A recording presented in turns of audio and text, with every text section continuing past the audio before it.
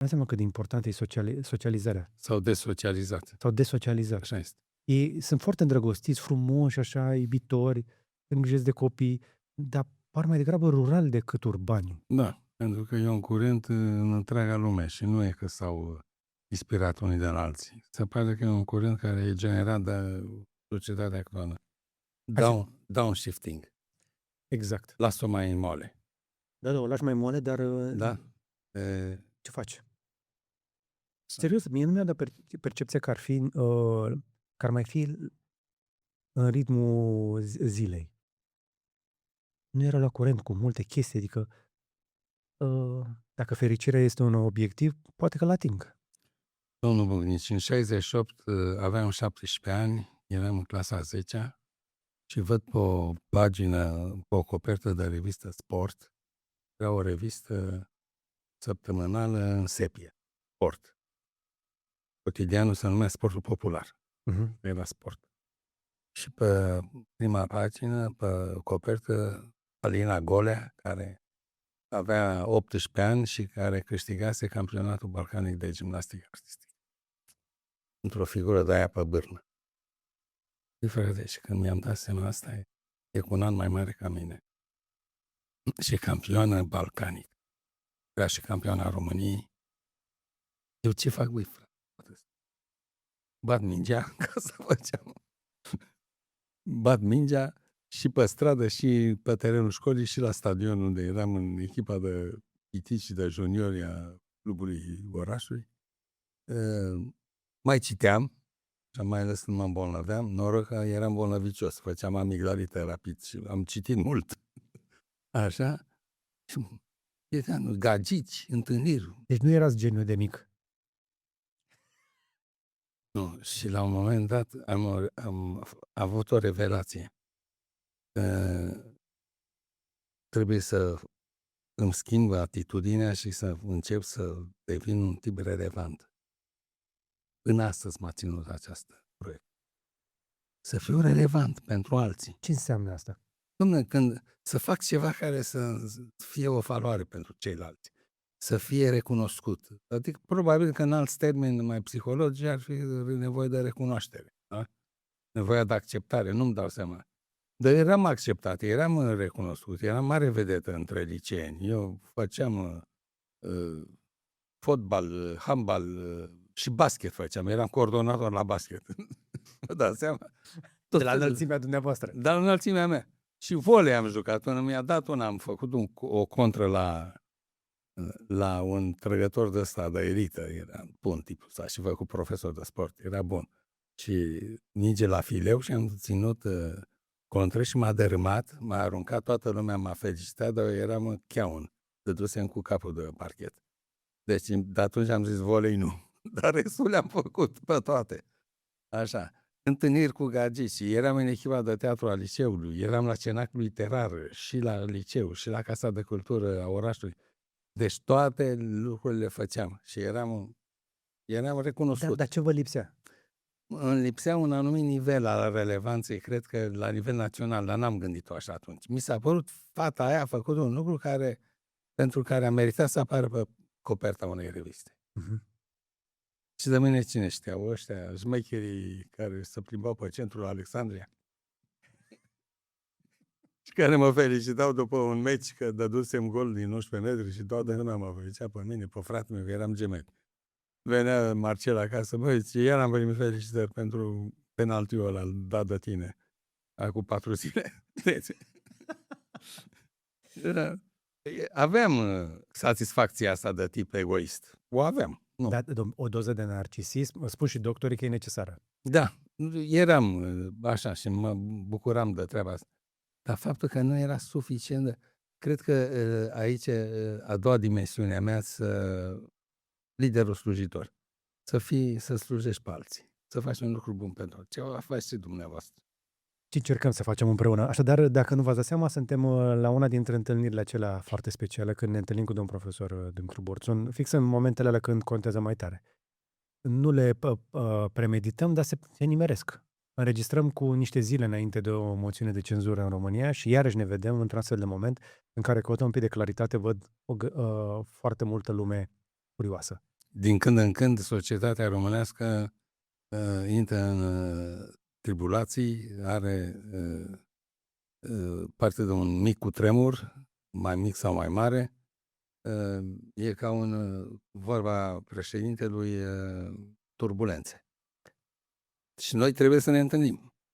Dar întrebarea pentru dumneavoastră, domn profesor, este că ce zice Nicu Șordan, aceste turbulențe sunt niște turbulențe într-un pahar cu apă sau sare capacul de pe oală de data asta?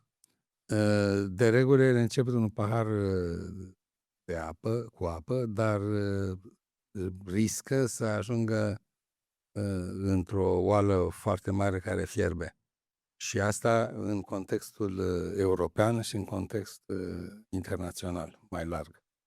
De unde apucăm problema? Ajutați-mă un pic, haideți să ne luăm Păi nu, prima parte. problema pentru asta. trebuie luată, domnul Bucnici. Problema, dacă ne raportăm numai la contextul paneuropean și internațional, facem o analiză de asta de tip structural.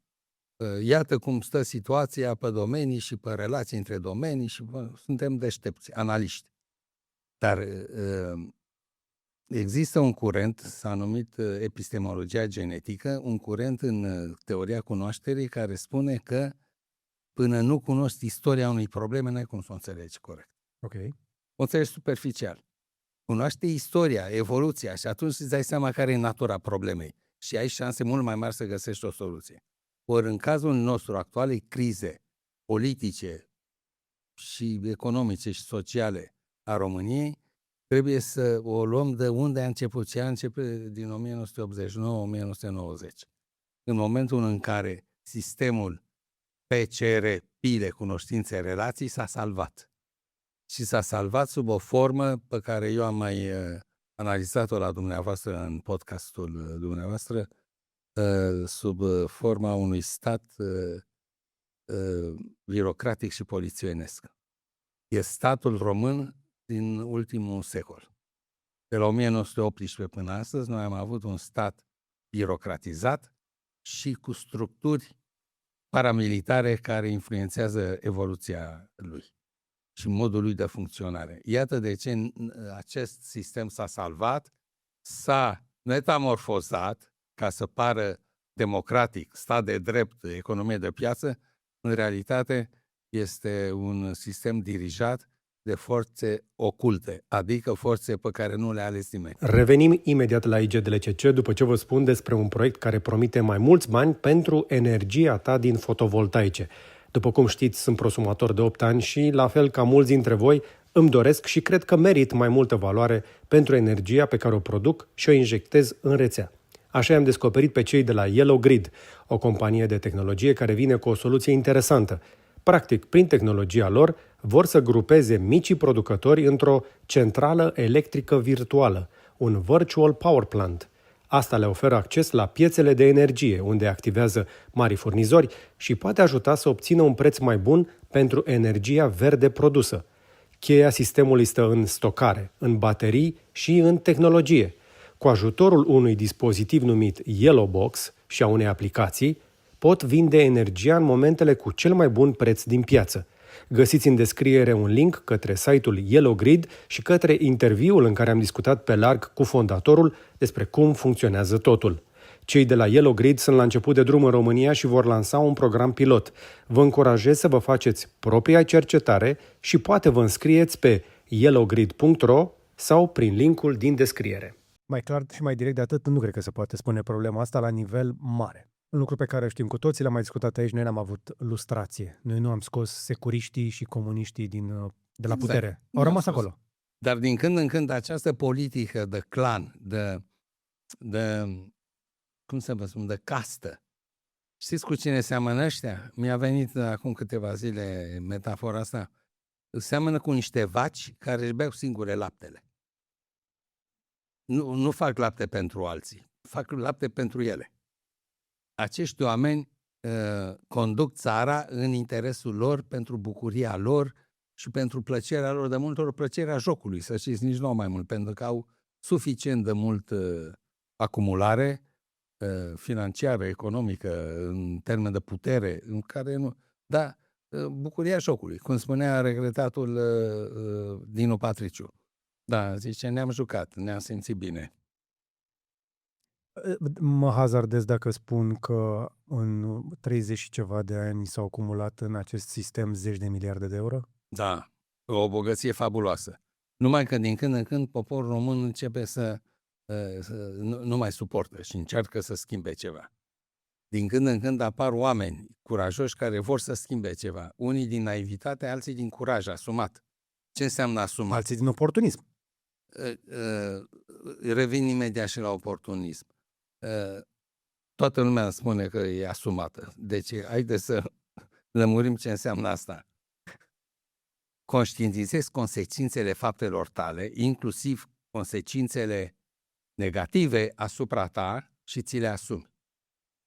Eu știu ce mă așteaptă și risc. Ăsta este omul reformatorul asumat. Ori unii s-au apucat de reformă din naivitate, cum a fost președintele Emil Constantinescu. Tot respectul pentru el, pentru etosul lui. El a crezut că poate să schimbe ceva. Și când a văzut că în stânga nu se poate, în dreapta nu se poate, încearcă să dea înapoi, nici acolo nu mai poate, înainte nici vorbă. A ieșit și a spus, eu nu mai am ambiția să candidez la al doilea mandat, care era constituțional, pentru că mi-am dat seama că nu pot face nimic. M-a învins sistemul. Deci sistemul de care vă vorbesc eu, care fusese moștenit la așa zisa Revoluție, a fost învingător. După aia a urmat, după Emil Constantinescu, a urmat Traian Băsescu, care în primul lui mandat a încercat să schimbe ceva. N-a putut nici el. A încercat atunci să se împrietenească cu sistemele, cu serviciile secrete. A încercat a umplut Palatul Cotroceni de ofițeri. Deci încerca să schimbe ceva, să-i... Bun. Nu a reușit. Nu a reușit și... Bun. A fost... I s-a plătit și lui. Suspendare. Te suspendăm dacă nu te potolești. Așa. Acum vine Bolojan, care e tenace și încăpățânat ca un catâr. Pur și simplu nu poți să-l schimbi pentru că el știe că asta trebuie făcut. E un om care are o etică a lucrului bine făcut și a responsabilități. Ce înseamnă responsabilitate? Să conștientizezi și să-ți asumi consecințele faptelor tale. Și el știe că pe termen mediu și lung, consecințele faptelor lui vor fi în folosul României. A scos-o întâi de pe marginea prăpastiei, că era gata să cadă căruța. Era cu două roți în prăpastie. A scos-o de acolo, n-am fost retrogradați la categoria junk, am reușit să revenim pe piața internațională a împrumuturilor financiare, bun. Dar trebuia să facă să ia niște măsuri rapide care să puteau lua în termen util ca să nu rateze ședința Consiliului Economic, care urma să dea la nivel de Uniune Europeană notă României și ca să nu fie retrogradat de agențiile de rating. Și ce se întâmplă? Începe cu lucrurile mai simple, mai ușor de făcut, care nu presupuneau legislație nouă și trecerea prin Parlament, adică cu amărăștenii. Da. De unde i s-a tras imaginea că este un om rău care începe cu amărâții și nu se leagă de cei mari. Pentru că așa a fost la început. A avut această naivitate să creadă că dacă îi lasă puțin și le dă câte ceva celor din coaliție care îl vor lăsa să treacă mai departe la cei mari.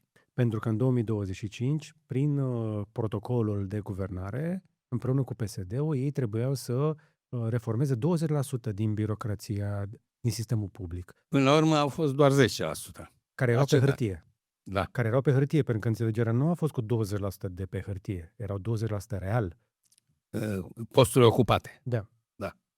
Deci, reforma nu s-a făcut în 2025, a fost împinsă din cauza asta povara fiscală, adică banii pe care trebuie să se strângă de la populație s-au adunat și cei din pătura mijlocie, din oraș, antreprenorii, IMM-uri, toți ăștia, am început să ne uităm așa către Bolojan, ceva de genul tot de la noi. Da. Și se pare că mesajul a ajuns. Nu știu dacă a ajuns, dar eu cred că cumva și-a dat seama că nu mai poate să dea cu biciul doar în calul care trage. Domnul Bucnici, noi gândim în felul nostru, ca niște analiști, care vedem pe termen mediu și lung. Avem o perspectivă și vedem totuși într-un context mondial sau paneuropean. Omul simplu, care nu este analist și pe care nu-l plătește nimeni ca să facă analize. Și nici n-a fost educat să se Nici gândească la n-a banii fost lui. format să gândească așa. El gândește ca un om în timpul vieții lui. Și care spune, că l-am auzit, de ce nu dă drumul Bolojan la bani? Da. Este cea mai simplă întrebare pe care am auzit-o despre Bolojan. De ce nu dă drumul Bolojan la bani? Îl evaluează pe Bolojan după cuantumul pensiei, după updatarea pensiei sau a salariului la inflație. Toate lucrurile astea țin de cum mă simt eu și familia mea în mandatul Bolojan. Rău. Nu ne place de el.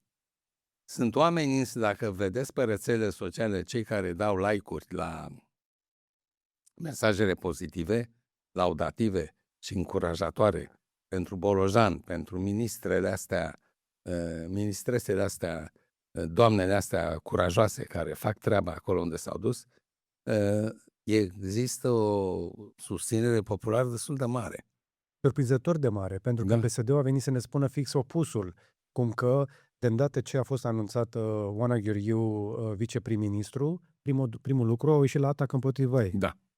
A fost tentativă, nu? A fost moțiune de cenzură împotriva Ministrei Mediului Pentru că s-a legat de Rom Silva și de ape. și de ape, Da. niște zone foarte rentabile pentru oamenii din sistem. Și chiar a deranjat acolo, chiar a scuturat un pic sistemul, a încercat să-i pună în cârcă până și problema de la Prahova, unde, Care nu avea nicio treabă cu mandatul ei. dimpotrivă, era cumva ca la Radio Erevan. Da. Și acum, mai nou, chiar ieri auzeam toată discuția din interiorul PSD.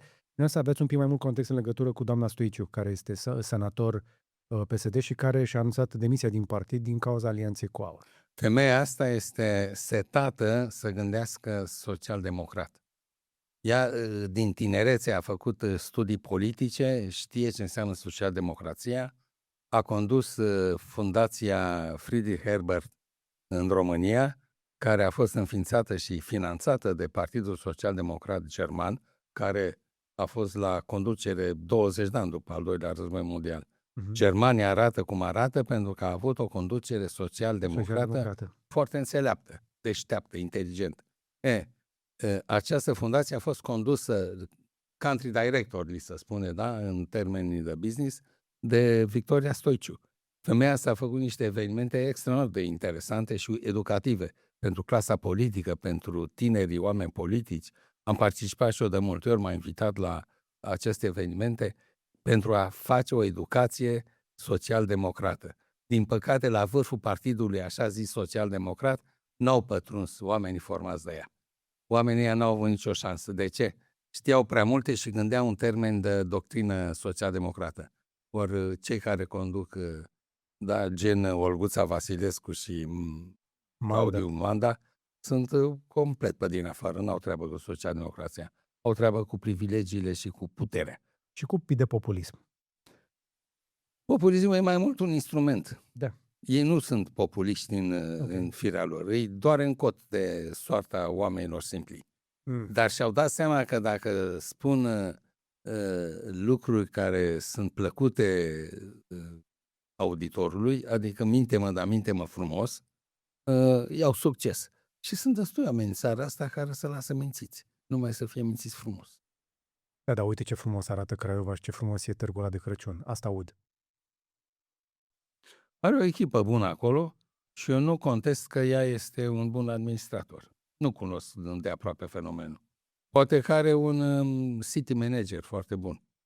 Poate că are o echipă foarte deșteaptă. Oltenii sunt isteți și pragmatici. Da. Nu știu, dar au organizat, oricum este cu ideea ei și cu aprobarea ei.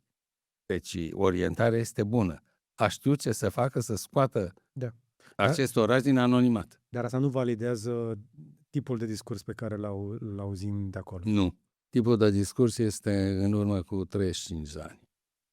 Ne întoarcem la Bolojan, că vorbeam de chestia asta. Chiar discutam mai devreme cu un antreprenor, un om care angajează zeci de oameni, face business în țara asta Și îmi spunea, zice, băi, zice, că vorbeam de Bolojan, că toată lumea, mai nou toată lumea îl discută pe Bolojan zilele astea, de Da. parcă stă totul într-un singur om. Ne Da. avem această obsesie Da. românească. Zice, bă, dar și mă gândeam, zice, la mine în firmă, eu cum aș fi făcut dacă eram în locul lui? La fel. Pentru că, încă o dată, toată lumea vrea să dai drumul la bani. Bă, dar de unde? Că tu în firma ta, dacă vrei să aduci bani de afară, de unde aduci? Și România este o mare firmă până la urmă, nu?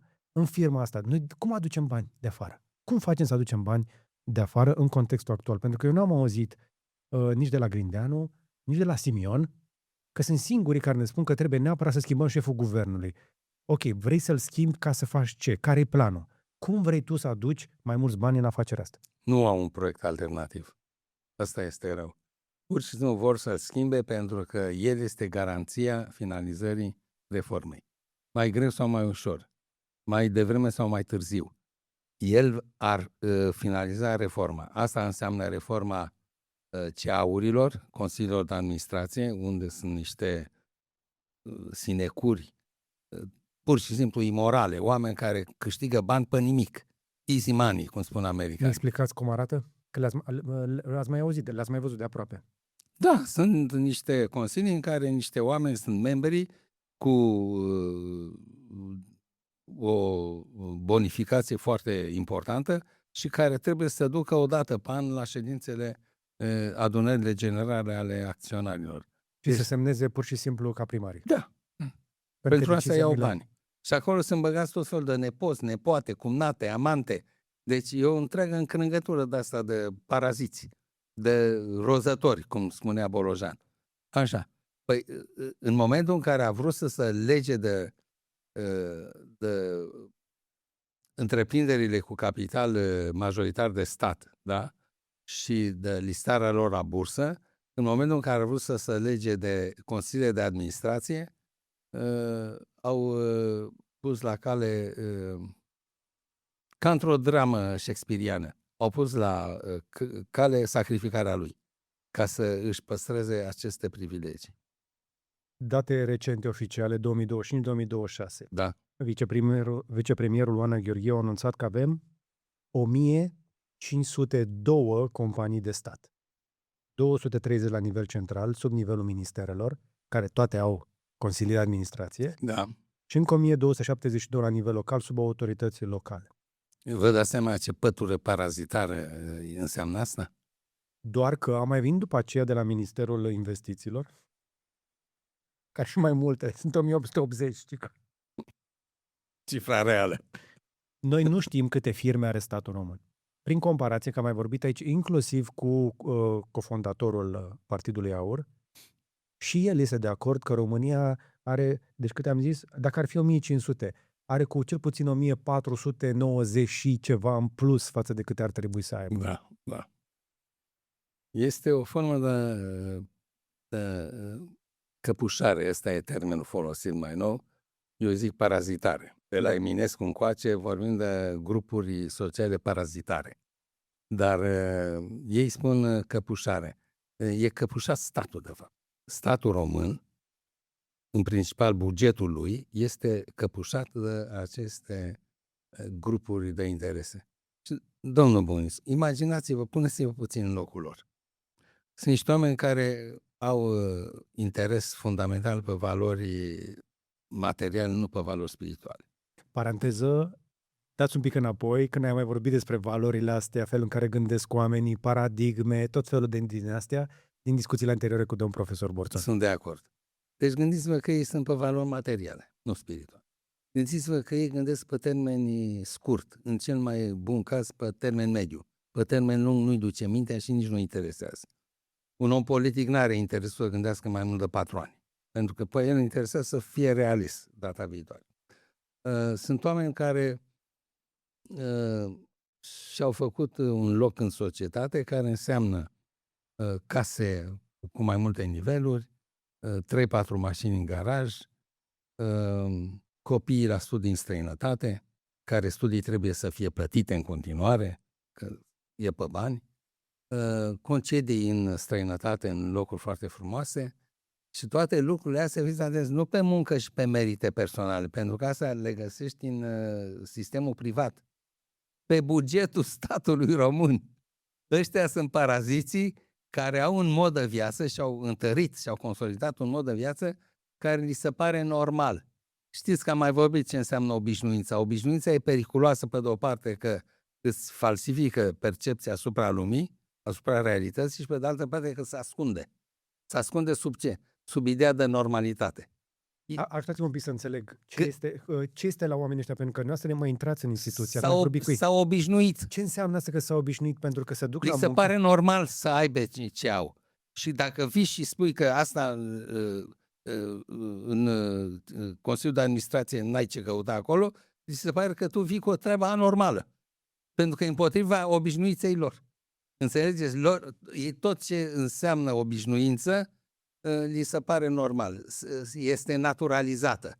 Spun, e natural să fie așa, e normal să fie așa. De ce? De unde vine acest e normal să fie așa? Eu văd două români în paralel. Îi avem pe aia care sunt productivi și care spun, bă, nu mai dați cu biciu că nu mai am de unde să mai tai, nu mai am să vă mai dau. Da. Uite, am dat afară, am restructurat. Și noi am făcut asta. Toată lumea a făcut chestia asta. Pe de altă parte, sunt oamenii ăștia care, să spuneți că s-au obișnuit, că este normal că el să meargă la servici, nu la muncă, se duce la servici, are job acolo, mai are un consiliu de administrație, are toate beneficiile care ați vorbit, a acumulat o grămadă de bani dintr-o chestie pentru că doar se duce și el este în sistemul ăla. Și lui se pare că e normal. Și acum vine cineva să-i spună din afară, stai puțin că să numește în termeni analize sociale normalizare sau naturalizare. Așa cum, de pildă, s-a vorbit o carte întreagă dedicată acestui fenomen, naturalizarea capitalismului neoliberal. Adică neoliberalismul, care spune că piața trebuie să fie absolut liberă, statul să fie minimal și valoarea centrală a acestei vieți este concurența. Libera concurență. Adică peștele mare înghite pe cel mic. Fiecare pe cont propriu. Fiecare pe cont propriu, darwinism social. Și atât de mult s-a pompat în genul ăsta de ideologie, care e dominantă și în Uniunea Europeană și în Statele Unite ale Americii. Aici v-aș contrazice puțin. În Uniunea Europeană nu. În Uniunea Europeană, în America. În America, Uniunea Europeană mai are niște măsuri de-astea care vin contrapondere. Dar să știți că multe directive europene sunt luate la presiunea firmelor de lobby din diferite ramuri economice. Deci, neoliberalismul ăsta de care vorbesc este atât de rulat și băgat în mințile oamenilor încât a devenit natural. Se numește naturalizarea neoliberalismului, normalizarea lui. Și oamenii nu mai stau să se gândească, mă, dar e normal să fie așa? Adică nu mai ai nici măcar așa revoltă morală care era pe la jumătatea secolului XIX când s-a născut... Ba da, o vedem. Este o mișcare de pendul, că vedem iarăși presiunea dinspre acest neomarxism. Deci avem un răspuns și la chestia asta, dar m-aș întoarce la cei care s-au obișnuit în sistem. Că ăștia nu gândesc în termen neoliberal, domnule profesor. Ăștia când se duc la serviciu acolo nu se gândesc ei la competiție și fiecare pentru el. Se gândește la fiecare pentru mine. Da, și familia mea. Exact, eu și neamul și familia mea. Este o formă de neoliberalism în interiorul birocrației românești? Vreți să-mi spuneți sau ce? Nu. În interiorul birocrației românești este o formă de naționalism care e justificat prin expresia capitalul național. Deci capitalul național trebuie să aibă prioritate în fața capitalului străin. Este respingerea străinătății, respingerea capitalismului și respingerea Occidentului. Este exact ce se întâmplă între cele două război mondiale. Am mai avut discuția asta în România. Okay. Deci, mișcarea legionară a fost și anticapitalistă și anti-occidentală și vreau să vă spun că mulți analiști, eu am citit de pildă o carte a unui italian cu ani în urmă care vorbea de mișcarea legionară din România ca o mișcare de stânga. De ce? Pentru că era anticapitalistă. Era împotriva marelui capital, de fapt. Așa sunt ăștia ai noștri. Ei vor să fie stăpâni. Și dacă mai țineți minte dialogul dintre Ghiță, care e plecat acum în Iugoslavia, în Serbia, la... Sebastian Ghiță, da. Sebastian Ghiță, e la Belgrad. În exil. Și era la o emisiune cu Denis Rifai. Și mi-a de ce, doamnă, de ce să ne fure ăștia străinii? Și Rifai și-a dat seama de subtext. Zice, adică vreți să spuneți că ar trebui să fure ai noștri? Da. De ce să nu fure ai noștri? Observați? Deci, ei nu milizează pentru o societate mai dreaptă, pentru o societate echitabilă, pentru o societate inclusivă, cum spuneți dumneavoastră, care să-i cuprindă și pe oameni, pe clasele populare, să nu fie lăsate în urmă. Să nu lași în urmă satul românesc, să nu lași în urmă bonlavii, copiii, bătrânii, să nu-i lași în urmă, să mergem toți ca o adevărată națiune. Nu au treaba asta. Nu, pentru ei este să fie ei stăpâni, să fure ei. De ce să fure străinii? Înțelegeți? Deci, pe mine nu mă încălzește faptul că un capitalism străin este înlocuit cu un capitalism autohton în momentul în care legea profitului maxim continuă să genereze niște nedreptăți strigătoare la cer.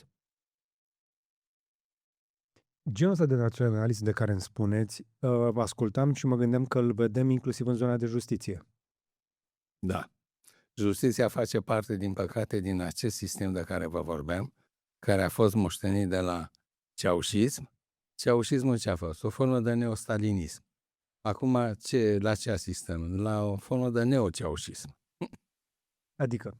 Un ceaușism adaptat la vremurile actuale. Ziceți-mi 3 trăsături ca să înțeleagă oamenii care se uită, că pentru mulți Ceaușescu și Stalin sunt foarte departe, n-au auzit de ei, să știți, nu-i mai interesează. Tineri care ne urmăresc, centralizarea puterii. Deci ne trebuie un lider puternic. Un lider puternic și un grup în jurul lui care deține și informațiile necesare și pârghiile. Ok. Pentru a le transpune așa. O mascaradă de democrație ca să liniștească poporul, da? E ceea ce s-a numit între cele două războaie democrația mimată. Sau cum i-a zis Victor Orban, democrație iliberală. Da, el i-a numit-o iliberală. A fost sincer. Adică dacă nu e democrație iliberală, vă dați seama că nu e democrație, dar el zice e democrație, dar e iliberală. Adică praf în ochi. Așa. Noi am numit-o democrație mimată, de fapt, Matei Dogan, un mare politolog român, francez de origine română, a denumit-o așa într-o carte în care analizează toate regimurile politice de la 1866 până în perioada interbelică și constată că niciuna n-a fost democrație autentică. Vă dați seama ce tradiții democrație avem noi? Tind spre zero. Da. Nu avem. De unde e democrație? Dar cu toate astea, și cei din justiție, și cei din birocrație, din sistem, din companii, din instituții, toți își asumă acest rol de păstrător cumva a ceva strategic, ceva național, ceva ce nu ar trebui să fie atins. Ăștia privilegiații din justiție vin și scot în față teoria separației puterilor. Elaborată la început, în primele ei faze, de Montesquieu, în lucrarea lui Legile, în care însă Montesquieu spune așa: separarea puterilor, dar controlul lor reciproc. Deci am 3 puteri, legislativă, executivă și judecătorească. Fiecare are autonomie, dar o autonomie relativă, pentru că dacă o ia pe arătură și se transformă într-un stat în stat, atunci celelalte puteri reacționează. Iar președintele în Constituția României este cel care trebuie să îi pună pe toți la masă și să medieze aceste conflicte. Ceea ce ar fi trebuit să facă Nicu Șordan. Asta înseamnă să mediezi în favoarea democrației și în favoarea statului de drept. Oricând justiția, sau ca să zic mai corect în termeni tehnici, sistemul judiciar devine stat în stat, își face propriile sale legi. Își face și salariile, mai rău. Își fixează salariile. Care nu e treaba lor. Recuperarea din urmă a unor își inventează drepturi. Recuperări din urmă la niște drepturi care nu li se cuvin. E ceva incredibil.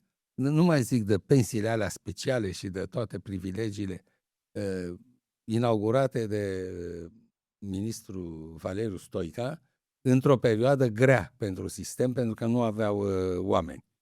Sistemul nu era suficient de atractiv Și atunci le-a oferit niște motive să facă magistrați și să nu să ducă în avocatură, unde să câștigă mai bine.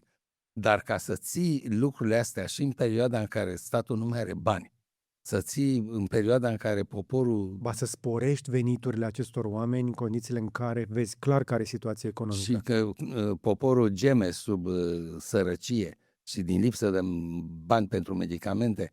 Deci este o enormitate. Deci este cinism în plan moral, este egoism și lăcomie în plan psihologic, este lipsă de patriotism și mai ales când știți că era cu amenințarea că pierdem bani din PNRR, era exact lipsă de patriotism la acești oameni care ar trebui să fie modele, ar trebui să fie icoane, modele morale pentru tot poporul, ca să aibă și autoritatea morală de a judeca și să aibă și autoritatea cognitivă. Oamenii ăștia, dacă judecătorul a spus că așa e, nu să mă gândesc oare o fi fost plătit, o fi fost cumpărat, o fi fost șantajat de serviciile secrete care l-au pe lista de turnători. Iată de ce e o mare problemă că acest subsistem al sistemului societal nu a fost niciodată reformat. De ce? Pentru că e partea sistemului. A stabilit așadar că avem acești oameni privilegiați în toate zonele astea, companii, instituții, sistem judiciar, servicii, toată zona asta, care își imaginează că ei sunt gardienii acestei țări, ei sunt ultima linie de apărare. Da, și se cred patrioți. Atențiune, trebuie specificat asta. În conștiința lor de declarativ sine, sunt. Da. Și declarativ și chiar cred. Mulți dintre ei se cred patrioți. Și atunci trebuie să ne plătiți dacă stăm așa de patrioți. Da. Ăsta este un patriotism din ăla, fii atent. Pe bani. Da, pe banii tăi. Și nu orice fel de bani. Nu mă interesează cum te descurci tu cu banii. Ce ai zis, deficit 30 de miliarde? 30 de miliarde de euro deficitul anul ăsta? Știți cine a spus prima dată că a fi român nu e o națiune, este o meserie? Dar e o vorbă foarte urâtă și mă feresc de ea. E oribilă. A spus-o Napoleon al III-lea, a spus-o Bismarck, a spus-o și Hrușciov, conducătorul Uniunii Sovietice, într-o carte de interviuri. Deci, o carte de interviuri cu Gilas, marele lider comunist din Iugoslavia, care a emigrat în Occident și acolo a publicat cartea de interviuri cu Nikita Hrușciov, pe care o scrisese înainte de a emigra. Deci, sunt niște aprecieri oribile despre români, dar este exact ce a spus adineori, în altă formă. Patriotism pe bani. Nu știu câți dintre oamenii care se duc acolo o fac într-adevăr din dăruire. Nu, păi nu, ei sunt dăruiți pentru interesul lor și al familiei lor. Însă lor li se pare că asta înseamnă patriotism. Acum nu e toată De lumea. ce? Fiindcă resping capitalul străin și resping ingerințele din... Da, că nu ne vindem țara la ăștia care vin să ne ia și ne obligă să facem chestii și las că vă apărăm noi. Da, pentru că o listare la bursă a unor companii de stat ar însemna eliminarea amantlâcului, eliminarea ilegalității, eliminarea corupției. 1% din companiile statului să fie listate ar fi așa o mare problemă? Băi, 1%. Între 17 și 22 de companii pilot este doar o chestie de discuție, nici măcar nu a fost încă decisă. Eu aș vrea să fie decisă și pentru cei care urmăresc podcastul ăsta am vorbit cu foarte mulți oameni aici care au explicat foarte simplu ce înseamnă să listezi un pachet minoritar, o bucată mică din aceste companii de stat care să fie transparentizate, să le faci mult mai profitabile. Sub controlul legislativ, sub controlul legii și care nu înseamnă pierderea controlului din partea statului român. Mi-amintesc că bine că noastră ați mai trecut la un moment dat pe hidroelectrica, în perioada în care au făcut transformarea de la o companie de stat pură și un pic de listare la bursă. Eu lucrez cu hidroelectrica din anul 2000, când am devenit consultant în probleme de imagine. Am ținut zeci de... Vedeți, să o spun în fața întregii țări, cine vrea să mă contrazică, mă poate contrazice. Să spună că mint sau exagerez. am ținut zeci de traininguri cu managerii din sistemul hidroelectric, e imens, e foarte mare, și în țară, cu unități teritoriale și așa mai departe. Am participat la multe evenimente de ale lor, inclusiv trofeul energeticianului, pentru că în fiecare an dă premii pe bază de cunoștințe. Este un concurs profesional și în care există un juriu. Eu fac parte din câțiva ani din juriu pe partea asta responsabilității sociale corporative, da? Ceea ce am predat la SNSPA. Deci îi cunosc foarte bine și știu cum au fost când a venit borza în fruntea întreprinderii, erau sub... Era administrare judiciară. Da. Remus Borza, care s-a ocupat de proceduri când a fost administrare specială, pentru că era în insolvență. În insolvență, nu venea termenul, mulțumesc. În perioada aia și eu am văzut ce se întâmplă și cum se pot face economii. Și cum în 2-3 ani nu s-a mai ținut nu știu ce eveniment, pentru că nu ne mai permitem să cheltuim. Deci a fost o perioadă de austeritate pe care au înțeles-o toți și au scos-o, domnul Bugniț, au scos-o din insolvență. Bine, în insolvență în care ajunsese din cauza patrioților de carton de care vorbisem mai devreme, care au căpușat... Așa zis băieți deștepți, care sunt niște hoți sticăloși, nu sunt băieți deștepți, sunt inteligenți cum e orice vulpe, cu șiretenie, care știu să se adapteze la găurile legislative care le permit să paraziteze patrimoniul național. În cazul ăsta erau tipii care cumpărau energie ieftină, cea mai ieftină energie din Europa, energia produsă de hidroelectrică, după apă. Plouă apa pe munte, vine la vale, o strângi într-un lac, o bagi în vârf, o turbină. Cea mai ieftină. Ai făcut câteva construcții mari, într-adevăr, mari realizări ale poporului român. Deci dacă te duci acolo și vezi ce înseamnă barajul de la Vidraru, barajul de la Bicaz, barajul de pe Motru, sunt niște construcții extraordinare. Te miri cum au putut românii să facă așa ceva. Vă dați seama ce clasă de specialiști a putut să aibă și de muncitori care să facă lucrurile astea extraordinare. Deci, ai făcut niște realizări, după care îți vine energia cea mai ieftină. Ei o cumpără și pe urmă o vând de 5 ori, de 7 ori, de 14 ori mai scump. Și se îmbogățesc. Și stau la Palma de Mallorca, stau la Cannes, la Monte Carlo, nici nu stau în București, în România. Monaco. E faimoasa gașcă de la Monaco. Gașca de la Monaco, da. Deci ca să înțeleg că este una dintre părțile din acești patrioți care au avut niște informații, au pus mâna pe niște chestii de felul ăsta, după care le-au transformat în pușculița lor. Și este doar un simplu exemplu. Da. În sistemul acesta vedem pentru prima dată pe cineva care are suficient curaj încât să facă publice niște liste cu cei care au acces, care profită de pe urma acestor lucruri și încearcă să facă o minimă curățenie. Vă dați seama cum ăsta nu are nicio rădăcină în sistem? Nici în serviciile secrete, nici în alte structuri oculte? Nu are, pentru că altfel n-ar fi fost atât de tenace și de consecvent. Vorbim de Bolojani. Bolojani este împotriva acestui sistem. Și de-aia l-ar călca și cu mașina mâine.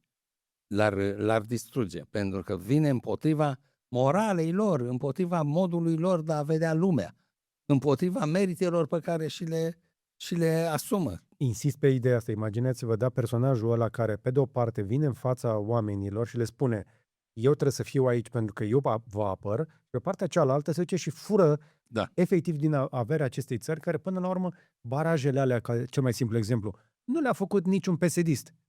Le-au făcut părinții și bunicii noștri. Din păcate, președintele Nicușor Dan, pe care l-am votat și pentru care am vorbit în favoarea lui la această masă de mai multe ori, m-a dezamăgit foarte mult. În primul rând, a trădat electoratul.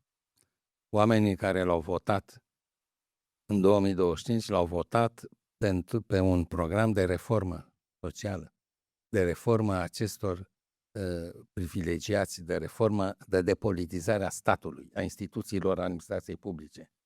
Toate lucrurile astea sunt trădate în momentul în care tu te ascunzi în spatele cuvântului mediator. Eu sunt mediator.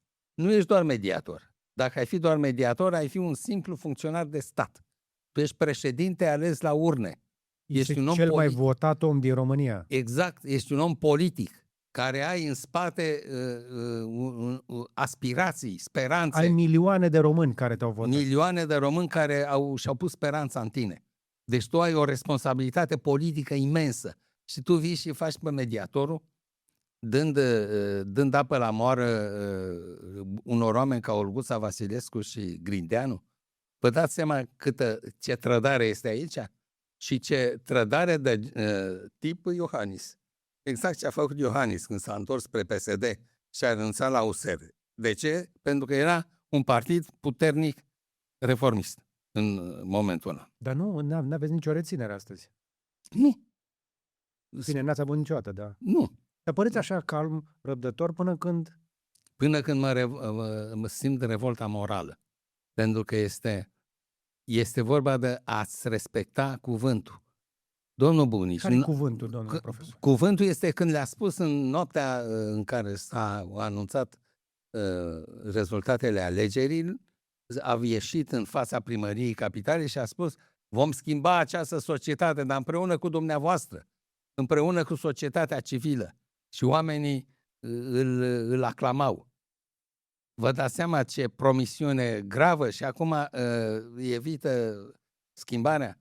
Cu orice șantaj putea să fie, că îl șantajează cu suspendarea, că s-ar putea să-l șantajeze cu niște informații pe care le au ăștia de la serviciile secrete despre el. Nu contează. Ți-ai făcut promisiunea, te sacrifici. Ăsta este adevăratul om politic. Să știți că nimic nu se poate schimba în lume fără sacrificiu. Te sacrifici tu. Cu un mic sacrificiu face enorm. Gândiți-vă la Nelson Mandela. De ce Nelson Mandela a devenit un brand pentru o planetă întreagă?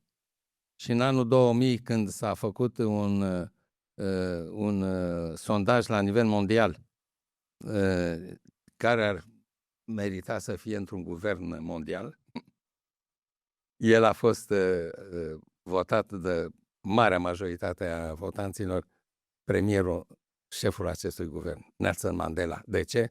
A stat în pușcărie 30 de ani pentru cauza populației de culoare din Africa de Sud. Și pe urmă, când s-a schimbat, s-a terminat cu apartheidul, a fost ales președintele Republicii Sud-Africane. Vă dați seama ce înseamnă să fii într-adevăr un simbol pentru un popor? Asta înseamnă, fără să te sacrifici, n-ai cum să devii. Ăștia nu vor să sacrifice nimic. Liniștea, weekendul, nu te duci la funeraliile lui Mircea Lucescu, dar te duci la mănăstire în țara Făgărașului. Deci sunt niște cu familia. Deci sunt un bun familist. Înțelegeți ce mesaj. Deci a trădat electoratul. Rețineți ideea asta că e grav. După care mai face niște chestii. Și eu o să spun chestia asta, nu o să-mi fac prieten după ce o să zic, dar nu știu câți dintre voi l-ați auzit pe președintele Nicușor Dan la radio săptămâna asta. Bine, noi registrăm în săptămâna asta cu sfârșit de aprilie. Da. A fost o intrare pur și simplu așa impromptu.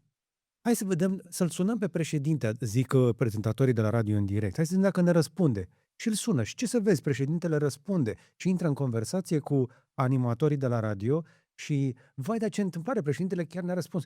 Păi pe până acolo am ajuns? Așa se face imagine la Cotroceni acum? Cu sute coasă albă. Da. Ăsta e un PR ieftin. Îl știu și eu, îl cunosc. Era bun prin anii 90.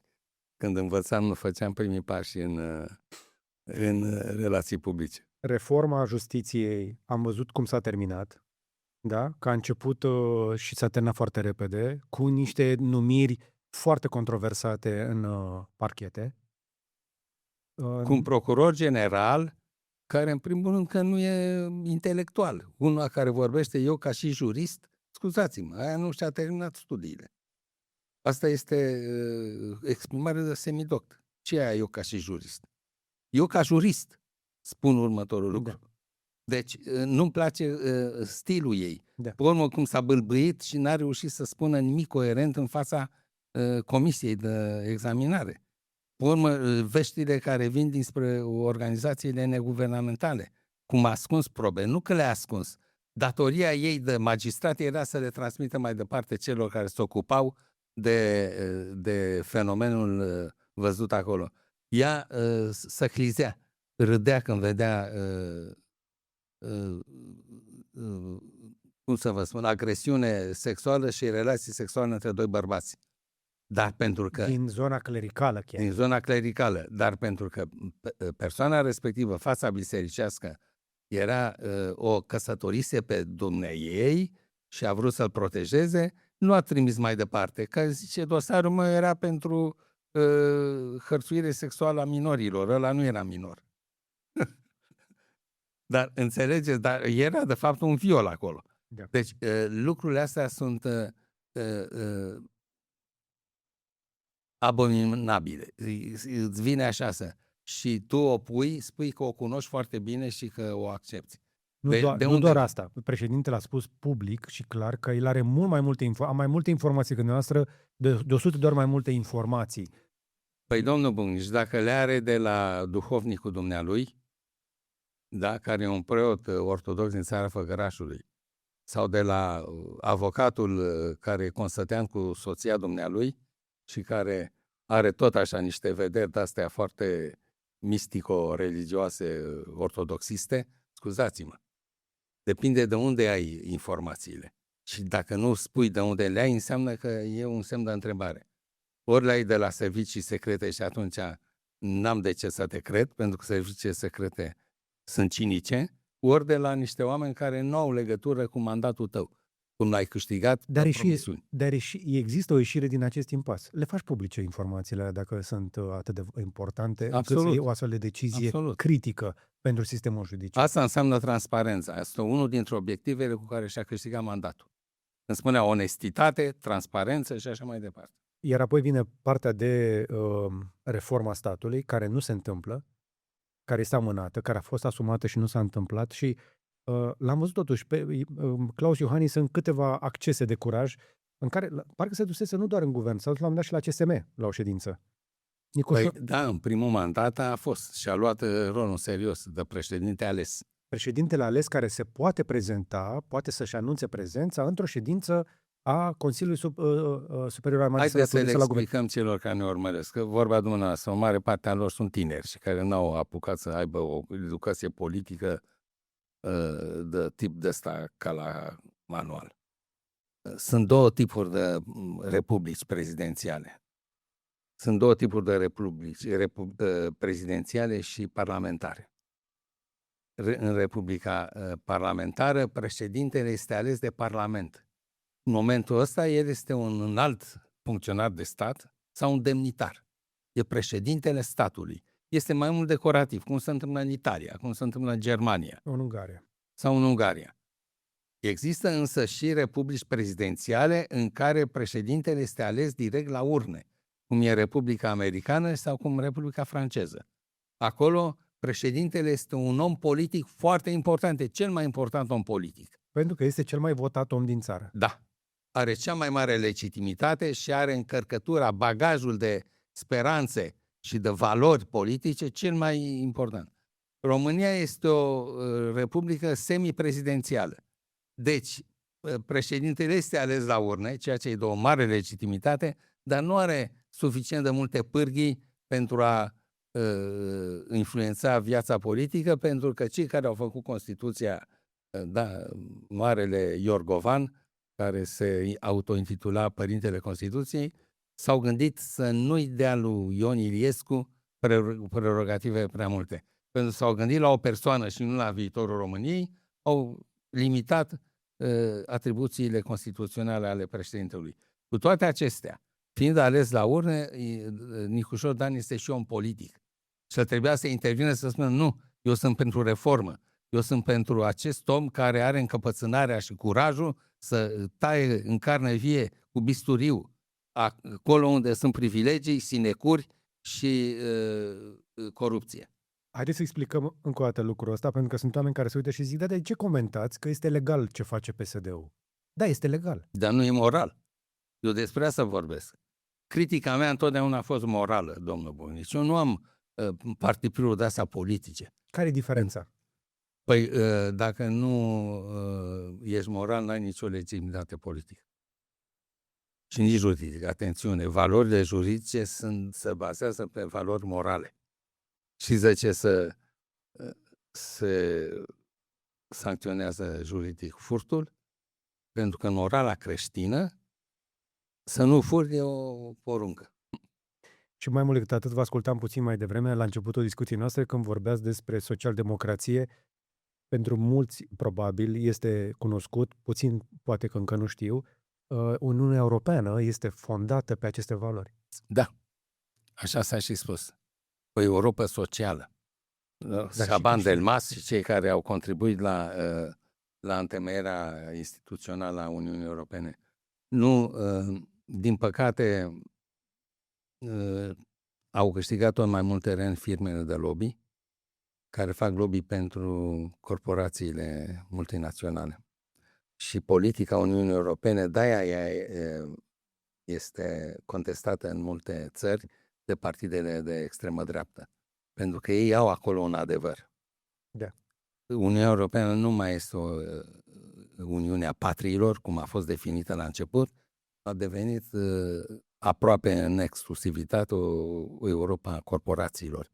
Ori asta nu mai are legătură cu poporul. Are legătură cu interesele economice ale unor oameni extrem de bogați și de puternici. Dar aici, dacă tot am ajuns la discuția asta despre partidele acestea de, așa zis, extremă dreaptă, că dumneavoastră ne-ați mai spus, ca să fie de extremă ar fi trebuit să vedem și niște tentative de violențe, violențe clare, concrete. Deci se zice mai degrabă de o dreapta radicală, dar nu... Dreapta radicală, dar nu extremă. Nu extremă. Că nu ne-ați învățat, da? Extremismul înseamnă și atentate.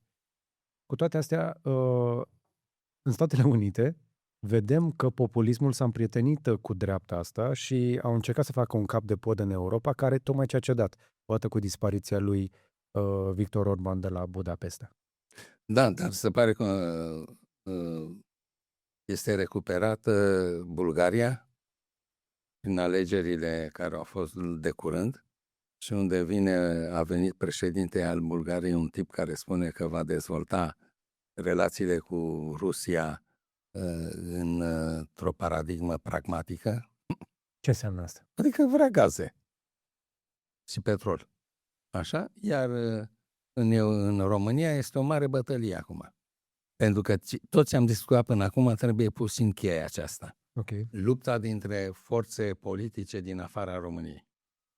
Pe de o parte, există o guvernare prietenă cu Uniunea Europeană și cu Franța și pe de altă parte există o dimensiune împotriva lui Nicușor Dan și împotriva premierului său, care este servită de socialdemocrați, care au vizitat ambasada americană. Nu numai ei, dar Grindeanu a fost acolo de mai multe ori. Deci pe mine mă interesează dacă nu cumva ăștia au un mandat din afara țării. Alții vorbesc de un mandat din partea Rusiei. Pentru că Rusia este cea care are interesul să destabilizeze societatea românească, să o facă neguvernabilă și să intre pe mâna extremei drepte, pentru care o duce tot în brațele Rusiei. O scoate din Uniunea Europeană și o duce în brațele Rusiei. Deci, vedeți, un alt scenariu. Sunt două scenarii posibile. Dar astea două scenarii nu mi se par diametral opuse. Nu, pot fi împreună. Pentru că americanii și cu rușii cântă cam pe aceeași muzică în perioada asta. Înțeles. Iar cei doi lideri sunt prieteni, în realitate. Da.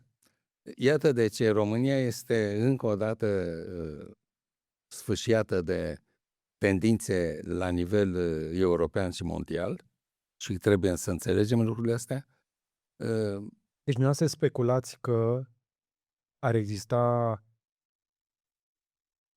ingerințe în cuvânt în asta banal, că există un mandat, că există premeditare din exteriorul țării pentru a da jos actualul guvern? E posibil și asta. N-am informații, nu vreau să mă laud și să spun că știu ce nu știu. Și singurul obiectiv care ar fi doar destabilizarea, să fie haos aici. Să fie haos neguvernabil, un stat neguvernabil care va duce la creează pârtie pentru o guvernare de extremă dreaptă. Deci, întotdeauna divide timpera, clasic. Da, statul legionar s-a instaurat în momentul în care democrația era pusă la zid. Coruptă, incapabilă să conducă țara, să certau în Parlament, să schimbau de la guverne foarte multe, miniștri foarte deschimbați și atunci poporul a zis, așa o fi, au dreptate ăștia legionari și i-au votat. În 37 a fost votat majoritar, foarte puternic, mișcarea legionară, pentru că românii nu mai aveau ca ideal politic democrația. Pentru că democrația nu funcționa. S-a compromis singură, din cauza corupției. Pentru prea mulți hoți la 1000 de locuitori. Haideți să o simplificăm mai mult. Pentru că nimeni nu era dispus să-și asume un sacrificiu. Da. Acolo trebuia un sacrificiu. Ori legionariul a avut cultul ăsta al sacrificiului. Și Zelea Codreanu așa este și considerat. O victimă care s-a sacrificat de dragul țării și pentru onoarea poporului român. Deci ei au avut și cultul morții și cultul sacrificiului prin luptă. În ăștia democrații n-ai văzut om care să se sacrifice. N-ai văzut. Tocmai de aceea un personaj cum este Ilie Bolojan, indiferent cât de simpatic sau nu îți este, poți să-i admiri curajul când își dă seama că nu are toate cărțile. E o șansă pentru România. Vă dați seama. O șansă pentru România, asta este ceea ce ne imaginăm noi, dar m-aș pune un pic în pielea lui Ilie Bolojan. Nu știu, el probabil când acum câteva săptămâni când s-a uitat la ce fac ăștia, că sunt sigur că știa, adică mă uitam la privirea lui cum se uita după Grindeanu când a ieșit din sală. Se vedea fața cuiva care zice, deci eu stau față în față cu ăsta, îmi strânge mâna, se uită în ochii mei și ăsta e trădător. Când îți dai seama că vorbești cu un trădător. Asta era fața pe care am văzut. Știți că Bolojan a primit, Nicu Jordan a primit în timpul discuțiilor pentru salvarea coaliției, a primit un bilet pe care scria că a fost anunțată alianța între AUR și PSD pentru depunerea moțiunii. Așa. Și el stătea în față cu delegația PSD-ului și cu Grindeanu. Da. Și în loc să se oprească, să pună biletul în buzunar și să spună, auzi, maestre, tu îți bagi joc de mine? Tu te prefaci că discuți pentru salvarea coaliției și tu și oamenii tăi dau mâna cu AUR? N-a spus-o. S-a prefăcut în continuare că îi crede și că îi respectă. Pentru că își imaginează că trebuie să se păstreze pentru o altă bătălie. Care altă bătălie? Pentru că la cum se mișcă lucrurile, cel mai probabil Bolojan, neavând toate cărțile în situația asta, jocurile sunt făcute împotriva lui, la cum arată datele, cel mai probabil zboară. Următorul va fi, dacă îl dau jos pe Bolojan, Nicu Jordan. Decât dacă nu cumva devine Claus Iohannis 2. Haideți să vă... Da. Sunt două ipoteze aici, că nu stăm pe informații, din păcate. Nu, pentru că asta e... Așa e. Lipsa de transparență a puterii în România. Dar există două ipoteze, una favorabilă lui Nicu Jordan, una nefavorabilă. Așa. Aia favorabilă este că el vrea să salveze această alianță de guvernare pentru a trece cât mai repede posibil cele 9 legi care trebuie să fie trecute prin Parlament pentru a recupera toți banii din PNRR. Este o problemă de viitor al României. De ce? Păi altfel nu, cine ți le trece? Alea sunt legi reformiste. Dacă te lași la mâna lui AUR și PSD sau AUR plus PSD, tu trebuie să salvezi această coaliție de guvernare care are și PNL și USR în ea. Păi și credeți că mai trec legile alea în condițiile astea? Păi nu, dar el speră că da, că vrea să o salveze. Asta este o ipoteză. Okay. A doua ipoteză e una nefavorabilă, egoistă. e teamă să nu fie suspendat. Impeachment. Da? Să nu se ceară suspendarea președintelui. Și atunci să pot găsi tot felul de pretexte. Credeți că a făcut o înțelegere înainte să candideze cu oamenii ăștia că dacă ajunge președinte le va da anumite lucruri? Nu știu. N-am de unde să știu. Încă așa se comportă.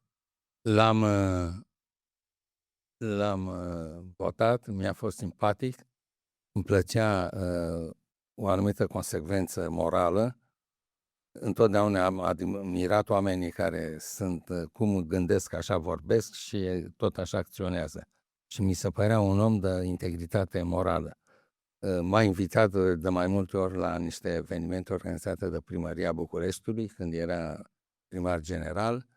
M-am dus, am vorbit cu dumnealui, mi-a oferit posibilitatea de a lucra în echipa dumnealui de comunicare, deci aveam o relație foarte strânsă și îl admiram. Însă în momentul în care văd că face aceeași piruietă ca lui Iohannis, să întoarce cu spatele spre reformă și să îndreaptă cu fața spre PSD, e cea mai mare dezamăgire pe care o puteam să o suport. Plus că, din câte auzim de la actualul primar general, a lăsat primăria în faliment. Și el. Nimic nou sub soare. Și atunci, în condițiile astea, ne uităm la săptămâna următoare. Cum vedeți România în mai? O văd cu un vot în Parlament care, domnul Bunici, să știți că istoria nu e scrisă dinainte. Să știți că mă gândeam la chestia asta. Eu nu aș băga mâna în foc pentru toți cei 90 de parlamentari aur că vor vota moțiunea. Nici eu nu mă bag. Există și oameni raționali, există și oameni care iubesc țara asta, există și oameni care au înțeles că lumea se schimbă. Toată lumea e în schimbare, mai puțin Dumnezeu. În afara lui, toate lucrurile se schimbă. Și tu, dacă nu ți pasă cu schimbările, rămâi de căruță, rămâi irelevant, rămâi anacronic, rămâi pricină de potignire pentru alții. Deci noi trebuie să ne schimbăm. Sunt oameni în Parlamentul României care gândesc așa și care nu vorbesc doar de Stoiciu și de Toma de la Buzău. Vorbesc de oameni pe care nu știm. Doamna senator Stoiciu a spus că a primit mesaje de la colegi care îi dau dreptate și care o susțin, dar nu ies public. Nu au atât curaj. Mii de like-uri pe Facebook. Mii de like-uri pe mai multe. Am găsit 24.000 la un moment dat pe una dintre postări. E o postare personală a dumneei cu textul dumneei și alții care au preluat și au share-uit. Sunt mai multe. Mii de... Deci, vedeți un scenariu posibil? Speculăm acum în care partidul nu se încolonează la comanda liderului? Da. La vot? Da, pentru că în PSD există o nemulțumire față de acest... era să spun mascalzone, dar nu spun. Nu spun pentru că... Fiindcă nu vreau să fiu dat în judecat. Pentru cei care vorbesc limba italiană, știți că mascalzone înseamnă ticălos. E un ticălos. Un fățarnic, de o ipocrizie incredibilă, e aproape bolnav. Grimasele alea vorbesc exact despre caracterul lui. Da. Nu îi se pare? Ba da. Oamenii ăștia nu reușesc să disimuleze. Nu suficient de Nu, pentru că el este între Ciocan și Nicovală. Este între ce îi spune Olguța Vasilescu și ce ar vrea premierul, ce ar vrea coaliția pe care a semnat-o, ce ar vrea președintele și nu mai știi să se facă. Și are mimica aia de Mr. Bean, știți? Este un Mr. Bean al României. E jalnic. Da. Adevărat că nu m-am gândit până acum. Uite, dacă mă gândesc... Nu știați cu cine seamănă. Da. Mr. Bean. E adolescentul întârziat. Este individul care vine la profesor la corigență și nu știe cum să-l vrăjească, să-i dea un 5. Ăsta este domnul Grindeanu. Bine, acum cei care l-au pus acolo știau de ce l-au pus acolo. E valabil pentru majoritatea liderilor acelui partid care sunt puși acolo pentru că sunt ușor de schimbat la nevoie. Sunt șantajabili. Sunt ușor șantajabili. Da. Săptămâna asta chiar l-am auzit într-un interviu pe domnul Grindeanu recunoscând că a zburat și că regretă cu Nordis. De 2 ori. De 2 ori? De 2 ori. Nu pot să cred. A recunoscut că a zburat de 2 ori, dar acum aș face vie la Timișoara, însă firma care se ocupă, contractează pe cine vrea ea, el nu are nicio relație cu Nordic. Nu, Și nici usturoi n-a făcut. e doar mediator. Și el.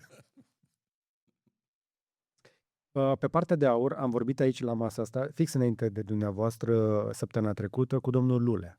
Da, am auzit, n-am apucat să văd, o să-mi fac timp, dar am auzit că a fost o discuție foarte interesantă. Surprinzătoare, da. Nu bag mâna în foc pentru niciun dintre invitații noștri de aici, în afară de dumneavoastră.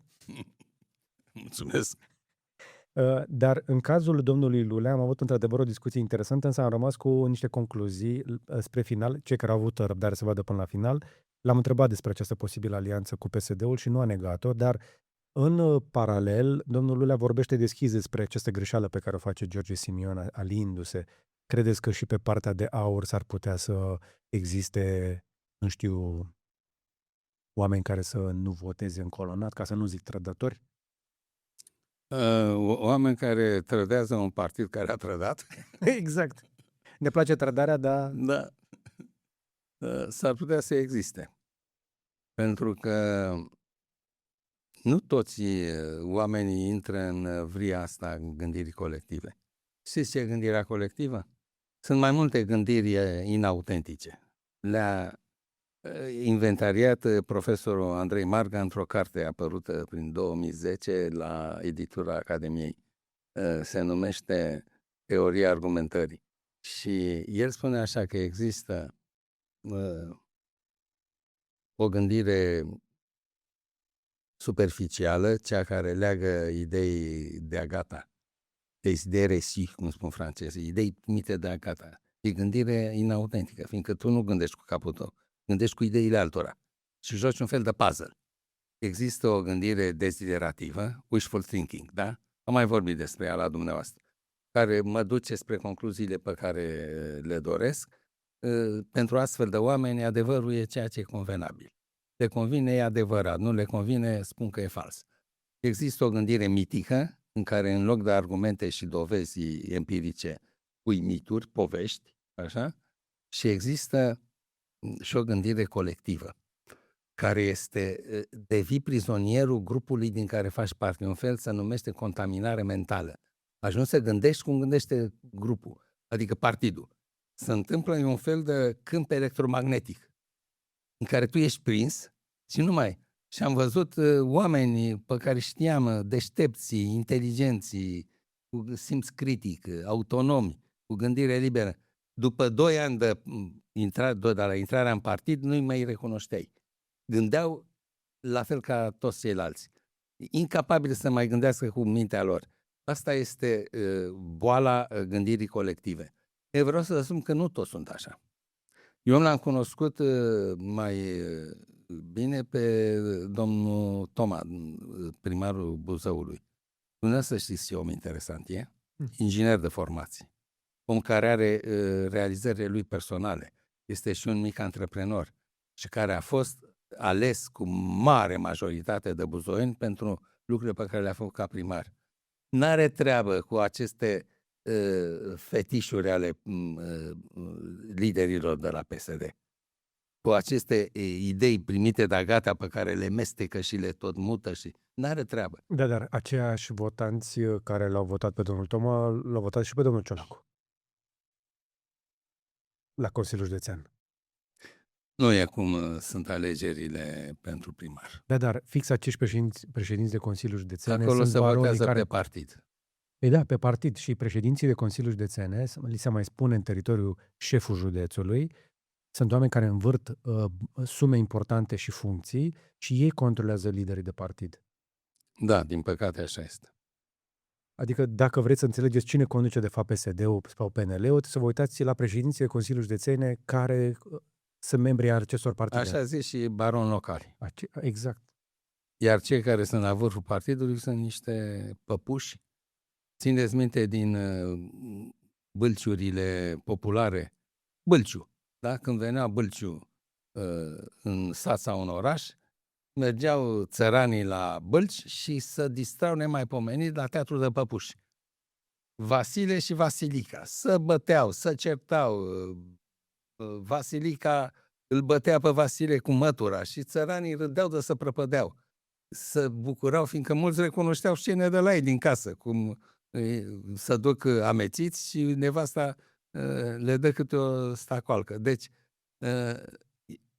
era un spectacol, nici nu se gândeau că în spatele panoului ăla este un păpușar care lucrează la două mâini.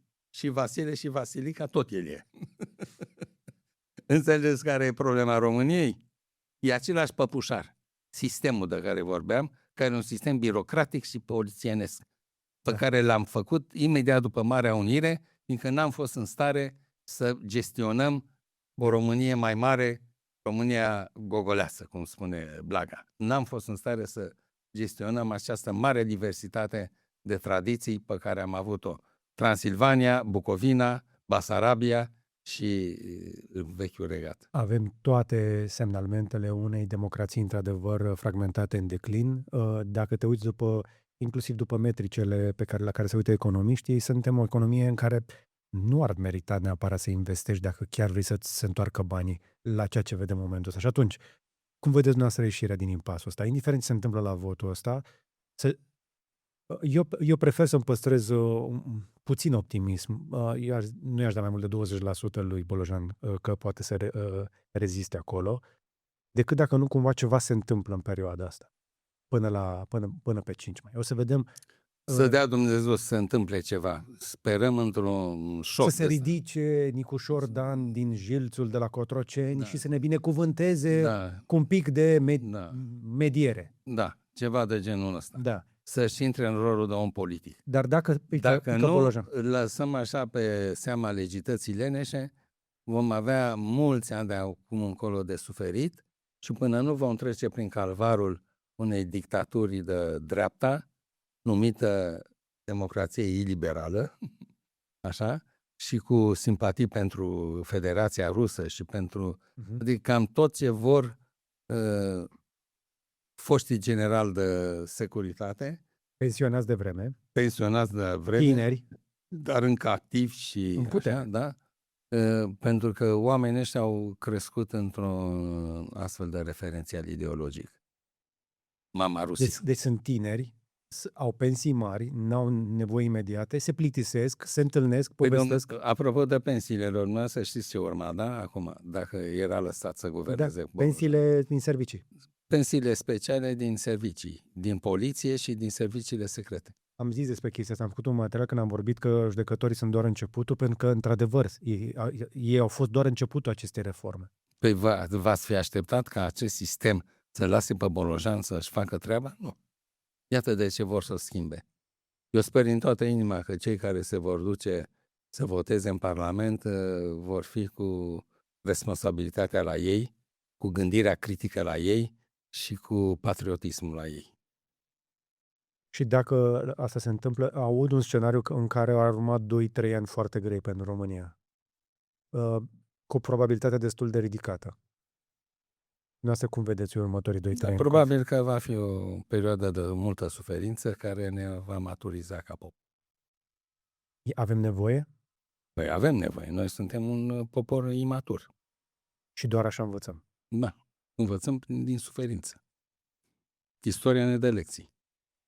Și dacă totuși încercăm să nu trecem prin 2 ani de suferință, ce mai putem face noi? Cum facem să ne convingem? Să ne rugăm. Dumneavoastră v-ați gândit vreodată că acești oameni care conduc România la ora actuală sunt niște oameni diabolici? Și că s-ar putea să facă jocurile unor forțe rele, negative? Și că noi ar trebui să ne rugăm la Dumnezeu pentru ca spațiul lor de acțiune să fie cât mai mic? Și după ce ne rugăm? Noi am uitat să ne rugăm. Noi nu ne mai rugăm pentru România. La biserică l-aud pe preot că zice că ne rugăm și pentru liderii noștri și pentru România. Pentru actualii lideri. Dacă ne rugăm pentru ei, nu cred că ne rugăm la cine nu trebuie, la echipa adversă. Trebuie să ne rugăm la Domnul Dumnezeul nostru, singurul Dumnezeu viu. Da, rugăciunile ne punem speranță că vor schimba votul, dar nu știm sigur. Cum punem un pic de presiune totuși pe parlamentarii ăștia? Păi, domnul Bușnici, dacă am ajuns să spun că să ne rugăm, nu vă dați seama? Ca altă speranță, nu, altă soluție nu găsesc, nu văd. Pentru că pe Facebook suntem puternici toți. Avem furie multă pe Facebook. Da. Mai nu mai numărăm furia românilor în sute de like-uri, ci în zeci de mii de like-uri la postări. Știți de ce? Pentru că pe Facebook e un fel de activist pasiv. Îmi permite să folosesc acest oximoron? Activist pasiv, da. Putem să fim activi, Da. cu inițiativă, responsabil, dar stând acasă în scaun în fața computerului. Ne imaginăm că cineva ne-a văzut like-ul și știe pe ce votăm noi. Da. Noi suntem pentru că am dat like acolo. Da. Suntem exact ca în... Stă cineva și ne verifică like-urile din sistem, ne-a numărat de câte ori am dat like și la cine. Da. Și atât. Da. Asta a fost lupta noastră. Revolta noastră s-a manifestat prin like, poate un coment. Da, și ne-am liniștit conștiința că nu suntem niște moluște fără coloană vertebrală. Pentru că despre asta e vorba. Incapacitatea noastră de a cunoaște adevărul, dragostea de adevăr, incapacitatea noastră de a respecta ceea ce aflăm când aflăm adevărul și de a-l transpune în viață. Asta înseamnă schimbarea propriilor obiceiuri. Ori obiceiurile, cum am mai vorbit acum vreo oră, obiceiurile ne plac foarte mult. De ce? Fiindcă ne-am obișnuit cu ele. Exact ce spune cuvântul, obicei. Și probabil că la nivel personal fiecare dintre noi să ne mai asumăm cât un sacrificiu. Nu doar să cerem de la lider sacrificii. Da, de acord. Toți trebuie să avem sacrificii. Și să sacrifici inclusiv în niște înjurături pe internet. Nici o problemă. Dar tu trebuie să spui în ce crezi, care sunt valorile tale, care sunt credințele tale, care este idealul tău politic, idealul tău moral, să fie adică asertiv, cum se numește în limbaj de specialitate. De la assertion, da? Afirmație. Să fii afirmativ. Să spui fără să-i jignesc pe alții, fără să-i faci nici înapoiați, nici tâmpiți, nici plătiți de Soros, nici, da? Sau cum mi-a mai spus mie un băiat ieri, că mai stai puțin că apune soarele în curând pentru tine. Găsesc metafore din ce în ce mai noi, băieții ăștia. Da. Naziștii. Da.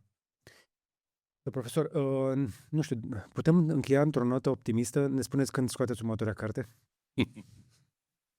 Lucrez la un compendiu, cum am făcut și cu România ca proiect. Lucrez la un volum care va apărea tot la Spandugino. Am și vorbit cu doamna directoare și președinta Fundației Spandugino, doamna Spandonide, care va aduna studiile mele în domeniul comunicării. Începând de la comunicarea interpersonală, la comunicarea în grup, comunicarea între grupuri, comunicarea interculturală, comunicarea în masă, apropo și de mass media, și toate lucrurile astea vor fi capitole, studii ale mele pe care le mut din revistele de specialitate într-un volum pus la dispoziția marelui public.